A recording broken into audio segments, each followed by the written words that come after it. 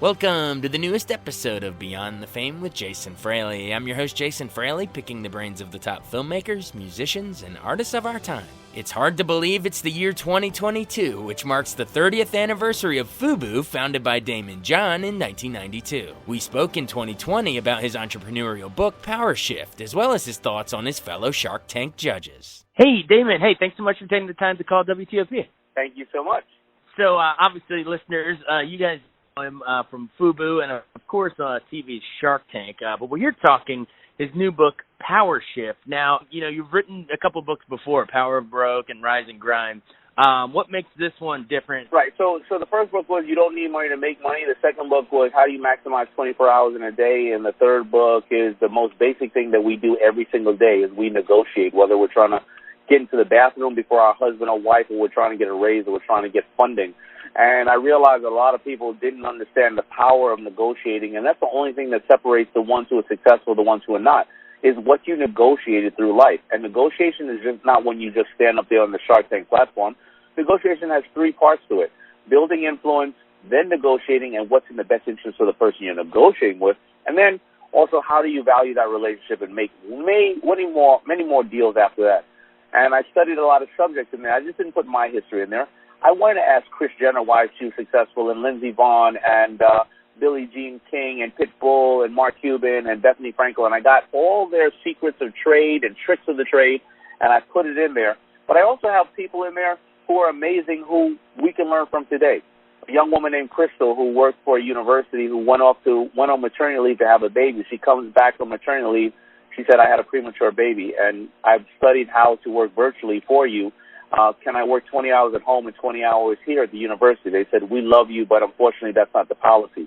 She realized that the number one job in the country for females are to be executive assistants. Now, not that females are not CEOs as well, but she then connected with a virtual assistant company named Belay, and now she works 20 hours for me. She lives in Ohio. I live in New York.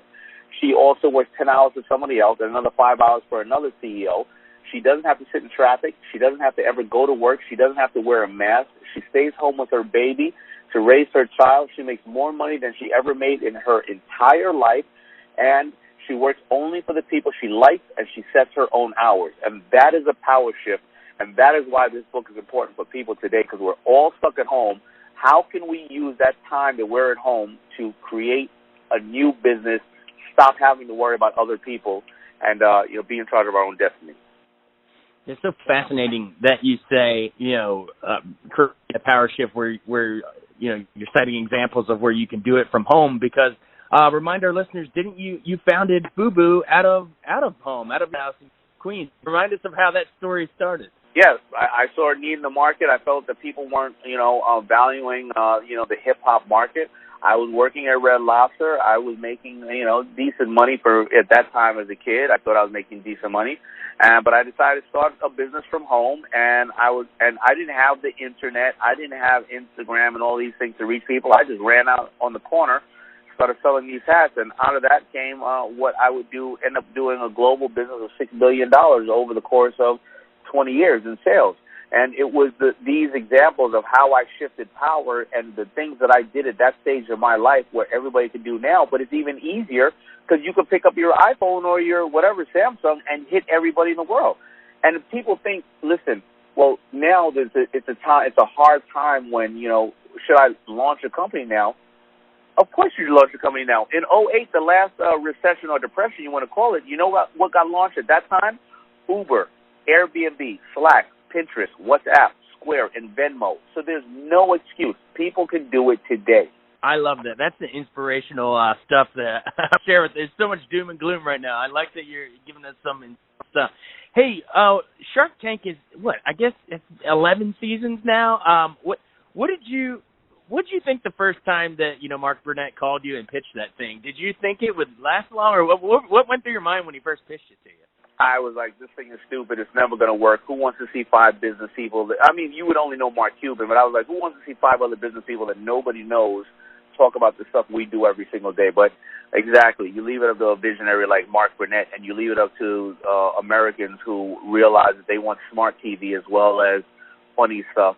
And we were going to be canceled the first 3 years, but it was because of our amazing fans that wrote in that said, we want smart TV, and now I know how to negotiate.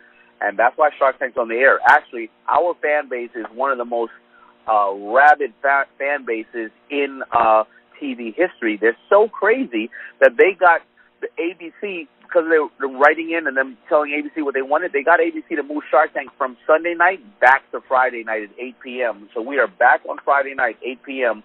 I'll see everybody tonight, purely because our fans are just crazy and we love them. I love it. Now, if you will, really quick, I want to know all about your fellow judges, hosts, but I know we don't have much time. So why don't I'm going to run through them rapid fire. Give me one word that describes them. So when I say Mark Cuban. Cowboy. Mr. Wonderful, Kevin O'Leary. Greedy. Barbara, is it Corcoran? Yep. Nuts. Robert. Goofy. And actually, Daymond. Do yourself. Cool. Very cool. All right. Awesome. Real quick, any particular success stories that came out of that show? You know, the people that came on that you invested in that you're particularly proud of? I'm so proud of them, and you couldn't have said it any better. I'm so proud of them. I put them in my book, Power Shift. It is a company called Bombas Socks. They are the #1 brand ever invested in Shark Tank history, and it is my investment. But not only because I think they're inspirational for everybody listening, and why? Because they're the #1 brand in Shark Tank history, and it's socks. It's not anything complicated. It's socks, number one. Number two is every sock they sell, they give a pair away to the homeless, and so they're doing a lot of good work out there. And number three, they created a really great business. They're employing a lot of people, and a lot of people can learn from them.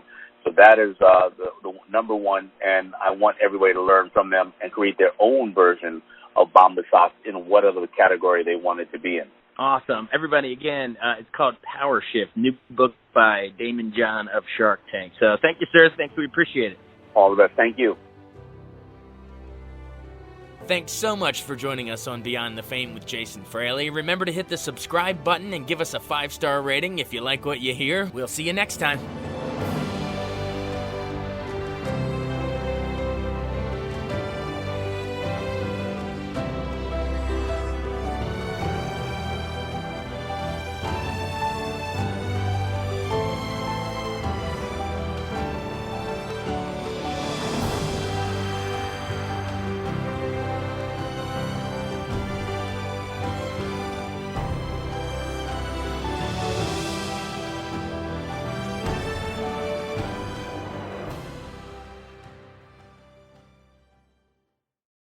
I wanted to take a second to tell you about an app I really enjoy. Living in the DC area is great, and Podcast DC gathers all of the local shows that I like all in one local app. Health, sports, local news, politics, and so much more. Podcast DC is the new local app with hundreds of DC area podcasts to choose from. I can earn exciting rewards just for listening and share the podcasts I love instantly. Available in the App Store or in Google Play, listen local with Podcast DC.